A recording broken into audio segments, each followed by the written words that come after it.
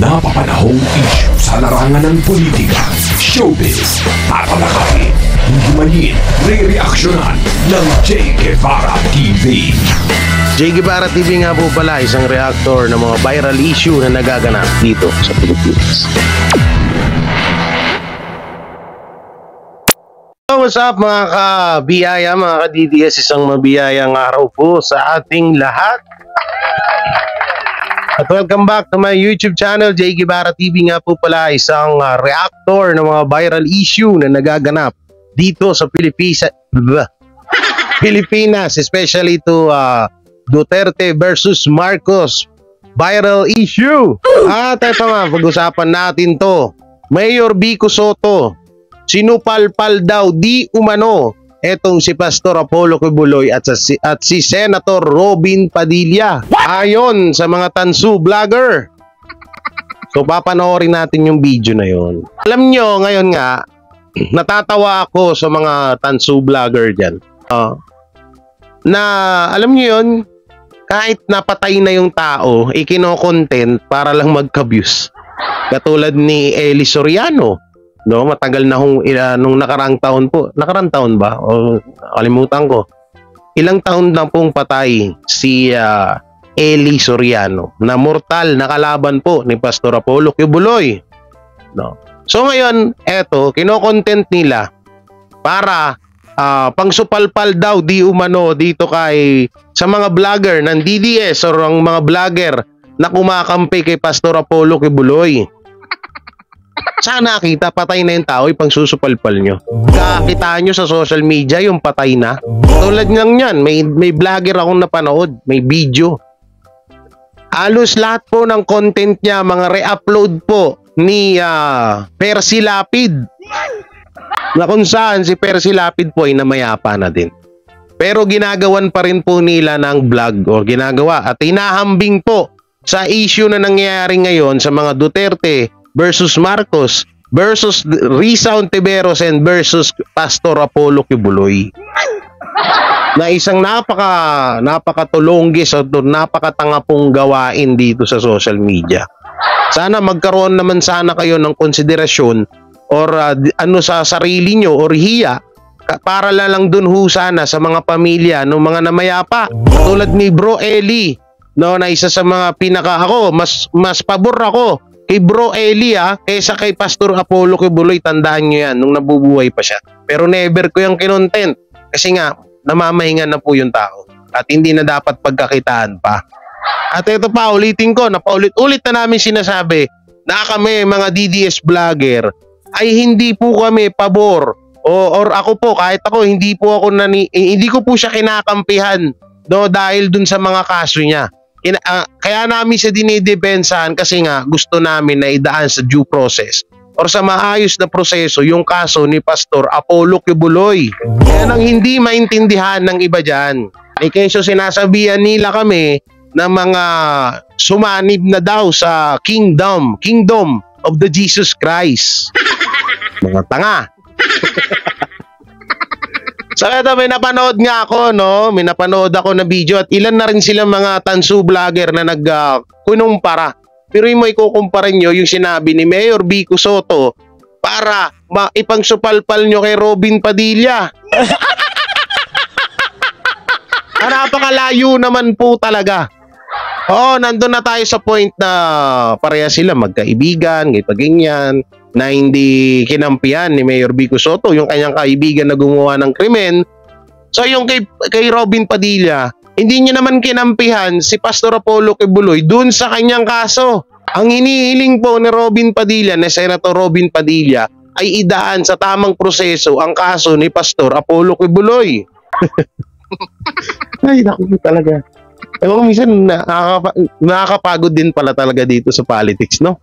Nakakapagod magpaliwanag, lalong-lalo na sa mga supporters na mga anga-anga, yung mga vlogger dyan na ganun din, na anga-anga din. Teka, tinong kilikili ko. Naligo naman ako. At lalong-lalo na si the fake news peddler na si Maring Janet. Darna, ding ang bato. Ngayon bago na. Ano na? Ano ba? Si Digong ang bato. Ang lakas makatawag ng si Digong kay Tatay Digong. Putay na, mukha ka naman sila yun. So, ito yung video na yun. Ito yung video ni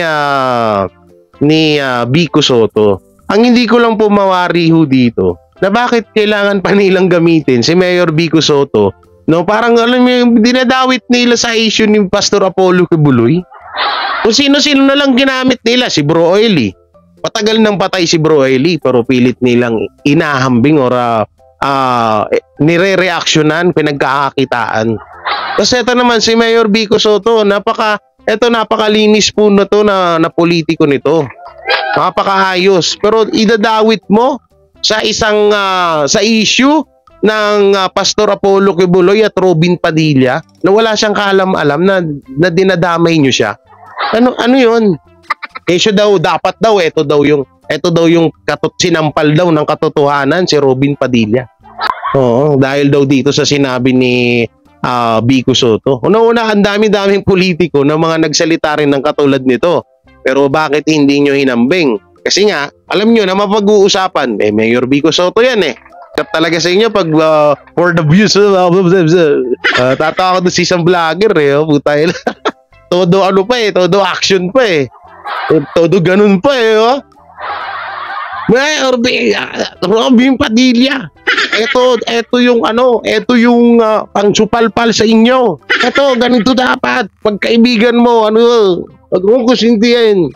Sabi ko, hanip na pil ah. Munta nga lang ah.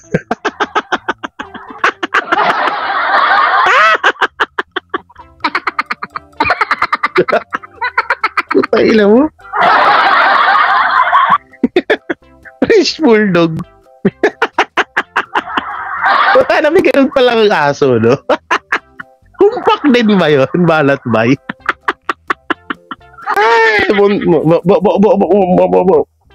kawawa naman, no? Biruin mo, pati ito si Vico Soto, dinadamay sa issue, dinadawit. Pinumpara, ganito daw dapat. Alam nyo kasi, ang hirap kasi sa isang tao kapag nagbubulag-bulagan at nagtatanga-tangahan ka lang. Katulad ni Gurang Toits, na nagbubulag-bulagan, nagtatanga-tangahan lang. Munta nga naman. Punta na dating isko, bumaliktad. Wala nang biskisko eh.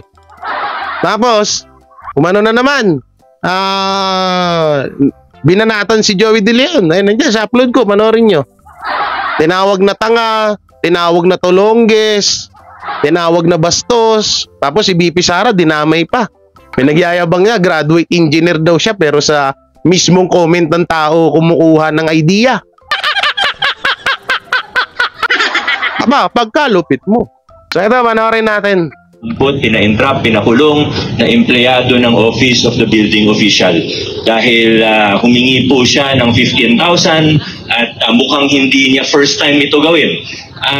Para sa kaalaman po ng lahat, yung tao pong ito, kaibigan ko. Ako po nag-recommend sa kanya, ay pasok siya sa City Hall. Pero pinapatunayan natin, pinapakita po natin sa lahat na walang kaibigan dito. Pag may ginawa kang krimen, pasensya na, 4 years ko na po winawarningan ng mga empleyado natin. Ito yun, gito. Ganun, no? Ayan, dapat gawin mo, Robin. Sabi ko, ayop talaga. Lapil, bunta ka. Yan, Robin, dito ginagawa mo. Sabi ko, ayop na to. Ayok na hayok ba?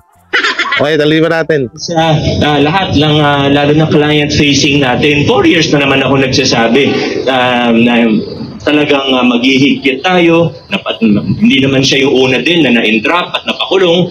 Pero, kumbaga, tama na. Huwag po ninyong kalimutan, hindi po ako normal na mayor. Hindi politika ang tinitingnan ko. Ang tinitingnan ko, at hindi rin ako interesado sa mga achievements ko, ganyan. Hindi ako masyadong concerned dyan. Ako naniniwala ako, doing ko ang trabaho ko araw-araw. Darating yun yung mga achievements na yan. Darating yun, pero hindi ko yun iniintindi. Ang goal ko lang, at kaya ako tumakbo bilang mayor, at kaya ako naging mayor, kaya ako tumakbo ulit ng second term. Ito kasi, etong issue na to, kay Mayor Vico Soto at sa kaibigan niya, may ginawang katarantaduhan yung kaibigan niya sa mismong munisipyo. Yung kay Pastor Apollo Kibuloy at kay Robin Padilla, napakalayo dito. Ay. Alam mo kung bakit hindi niya kinampihan yung kaibigan niya? Unang-una, siya yung ninakawan. Siya yung ginawan ng katarantaduhan ng kaibigan niya. Kaya hindi niya kinunsinte. At pangalawa, ulitin ko, kaya pinaglalaban ni Senator Robin Padilla etong si Pastor Apollo Kibuloy dahil hindi dahil dun sa kaso niya. Kundi dahil na rin dun sa kaso niya. Pero hindi niya pinagtatanggol na sinasabi niya na mali na si Pastor Apollo Kibuloy na wala siyang ginawang krimeng ito ganyan. Ang sinasabi nga ni Robin dun ay idaan sa maayos na proseso. Kaso ang ginagawa kasi ng Senado, lalong-lalo na si Risa, ay ginigipit niya itong si Pastor Apollo Kibuloy. Kaya nagtataka ko ba't hinambing dito eh. Dinamay pa si Mayor Vico Soto. Wala talaga. Lupet, no? Kasi sabihan niyo akong clickbait, diba? O sila, hanggang video, clickbait eh. Tagi lang yan. Anong kinalaman dito ni Mayor Vico Soto? Tagal-tagal na ho nitong video na to. Tingnan nyo. Ilang ano na to.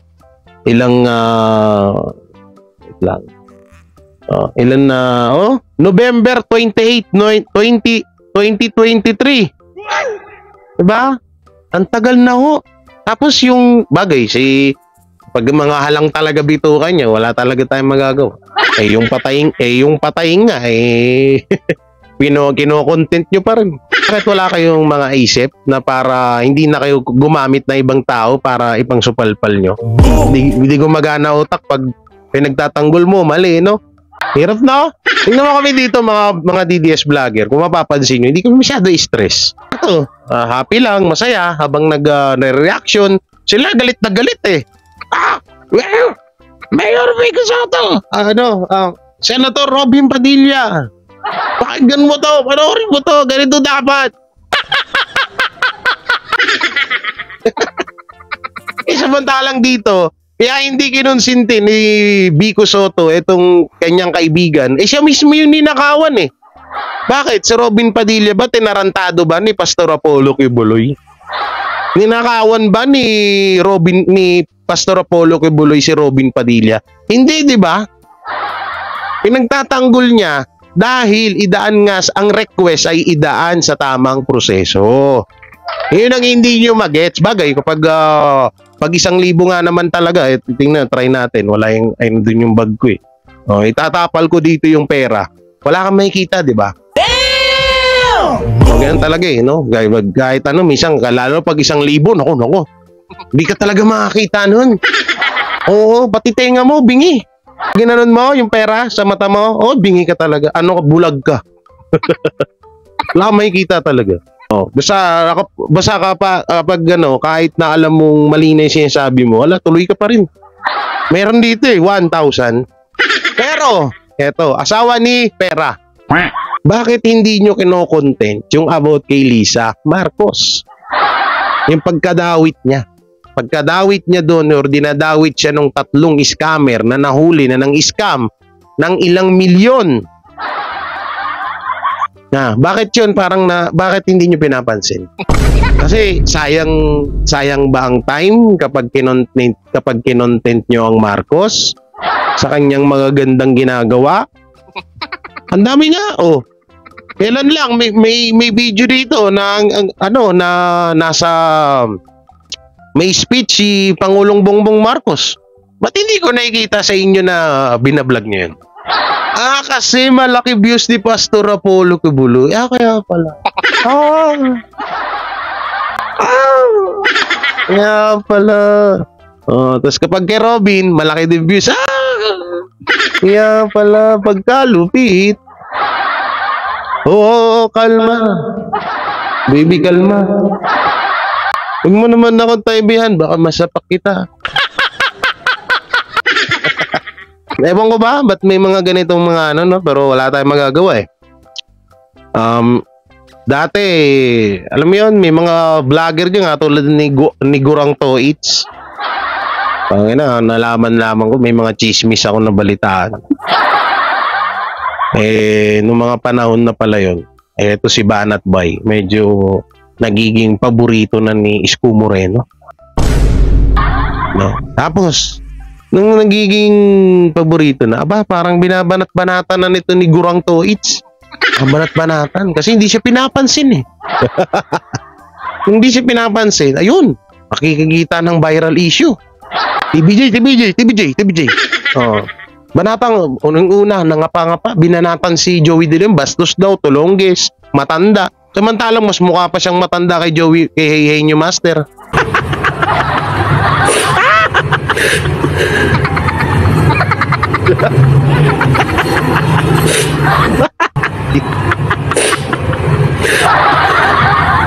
O ganito rin yung content nun. Ano nga sila ang nangyari nga wala silang sarili-sarili. Ito pa mapapansin nyo sa mga DDS vlogger. Kadalasan sa DDS vlogger may mga sarili-sariling opinion at sarili-sariling content. Hindi sila Una-una, babanat si Nino Barsaga. Pagbanat ni Nino Barsaga about kay BP Sara, babanat naman tong isa. Oo, at manonood muna, magkukuha doon ng idea doon sa video. Pagkuha ng idea doon sa video, yan na. Kung kumawag na, ngingisay na sa edit. Live pala. Hindi pala yung iba dyan, hindi pala marunong mga mag-edit. Puro lang live. Live. Tas yung babae nakapulot ng cellphone na naging vlogger. Dati, kaboses ni Whitney Houston, naging Renz Berano na. Robin na! Tang ina nyo. Diba? Ayun yung kadalasan na nakikita ko sa nila. Kagaya nito. May isang vlogger na nagsimula nitong topic na to about kay Vico Soto at Robin Padilla. So ginawa ng sunod-sunod na. Bakit? Kaya ganito. Alam nyo, sa dinami-dami pong mga nag-viral na video, at ganito rin ang naging kondisyon sa kay Mayor Vico Soto. Hindi nila ginawan. Alam nyo bakit? Walang bis dun Ito popular to Kilalang kilala to si Mayor Vico Soto. Tsaka isa din to sa susuportahan ko. Kung halimbawa man, pero ngayon sa plano niya kasi hindi pa daw siya tatakbo ng senador. Baka si Tito Soto. Tito Soto, syempre susuportahan natin yan. Marami naman 12 naman niya senador na pwede mong pagpilian at syempre hindi naman porket sikat, di mo pwede porket iboboto mo na. Syempre alamin mo rin yung magagawa niya o yung kanyang magagawa para dito sa Pilipinas. Wag niyo iboboto yung mga porket malaki magbigay. Iboboto niyo na. Naku po. Ay naku. Wala na rin ako masabi dito kasi sinabi ko na kanina, na-explain ko na Pero nagtataka talaga ako ba't nila dinawit si Mayor Vico Soto sa issue na to. Ay naku po, bakit kayo ganyan? Ang layo nito. Diba? Kaibigan. Kaibigan niya, tinaraydor siya. Bakit? Si Robin Padilla, tinaraydor ba ni Kibuloy? Ang inihiling nga dun sa Senado is idaan sa tamang proseso. Tsaka ito pa sinasabi ng iba na bakit hindi daw pinagsisigawan ni Robin Padilla ayain man lang sana daw ni Robin Padilla itong si Pastor Apollo Kibuloy na dumalo sa Senado or dun sa kay Risa or humarap siya dun kay Risa para dun sa kaso o kahit daw dun sa SMNI. Doon pala sa SMNI, nakalimutan ko yung sinabi ni na hindi ang kongreso ba ang dapat magpatawag doon, hindi ang Senado. Ewan ko, nakalimutan ko na yun So, yung about naman din doon kay Robin at kay Pastor Apollo Kibuloy, hindi naman pinaglalaban doon yung bakit pinagsigawan ba ni Robin Padilla na si Pastor Kibuloy ay kakampihan niya sa lahat ng bagay? Sinabi niya doon, sinabi ni Senator Robin Padilla doon na na malinis ang konsensya ni Pastor Apollo Kibuloy. Diba? Idaan ngayon hinihiling ng mga senador na idaan nila sa tamang proseso. Tsaka ito sa dinami-daming kumampi kay andyan si Bongo, andyan si Bato, si Amy Marcos. Bakit si Cynthia Villar at Robin Padilla lang yung pinupuntirya nyo? Kasi kapag kinontent nyo, yun na naman. Pag kinontent na naman nila si Bongo, nga. Nga ang mga views nila. Kaya ayaw nilang i-content yung mga yun. So dahil nga dito, kay Robin Padilla na napag-uusapan ngayon, yun, bira. Tatawalan talaga ako doon sa napanood ko na yun. Hayok na hayok talaga. With feelings pa